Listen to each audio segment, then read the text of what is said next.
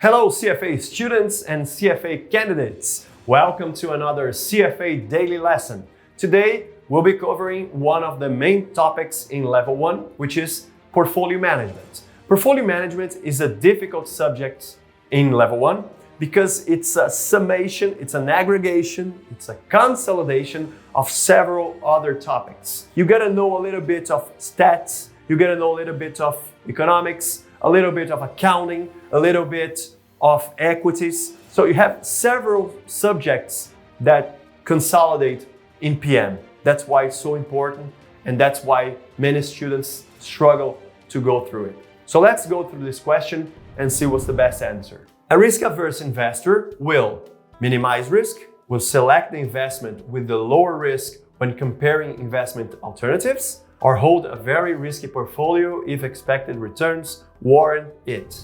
So a risk-averse investor is an assumption of several models. If you study KPM or minimum variance frontier and among others, you will also come up with this assumption. Investors are risk-averse. But what does that mean? It means everyone hates risk, everyone should only invest in risk-free assets.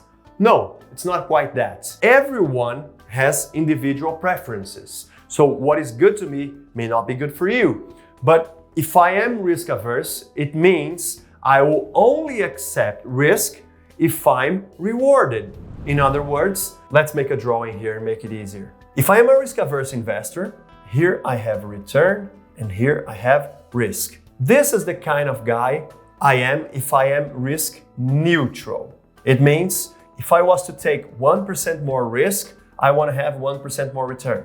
2% more risk, 2% more return. Keeps going up. You can also be a risk lover. What is a risk lover investor? It's an investor that likes to bear some risk. It gets to a point where you get so much risk and you don't ask for more return. So if I get 15% more risk, I can get 16 or I can get 17. So that's the kind of guy that is used to having so much risk that he's not really demanding more return. And finally, we get to a risk-averse investor. A risk-averse investor is the opposite. He hates risk as long as he doesn't get return. So in this very beginning, he's fine.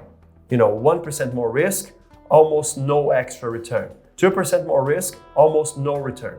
But it gets to a point where if I was to go from 20 to 21, I will demand a lot more return. And why is that?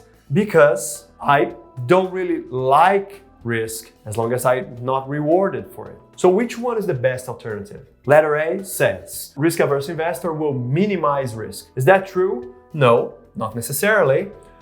You can have a risk-averse investor that has a very risky portfolio. He's not avoiding risk, he's just getting rewarded for it. Letter B says, select the investment with the lower risk when comparing investment alternatives. Not necessarily, he can get risky investments as long as he's rewarded. So not necessarily the lower risk. And letter C says, hold a very risky portfolio if expected returns warrant it.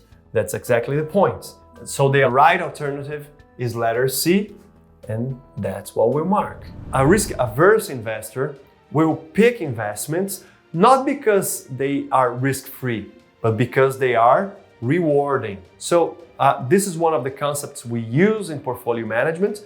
It's, as I said, one of the milestones for several models, and it's very important for level 1.